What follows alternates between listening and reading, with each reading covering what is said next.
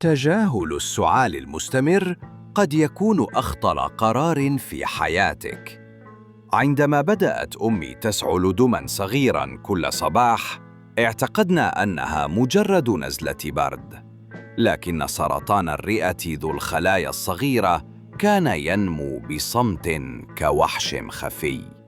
الأعراض تبدأ بسيطة: سعال مزمن، ضيق تنفس، ألم صدر، وفقدان وزن غير مبرر. هذا النوع ينتشر بسرعة البرق، غالباً بسبب التدخين أو التعرض للمواد الكيميائية. العلاج يشمل الكيموثيرابي والإشعاع، لكن الاكتشاف المبكر ينقذ الأرواح. بعكس النوع الآخر ذو الخلايا الكبيرة الذي ينمو ببطء أكثر.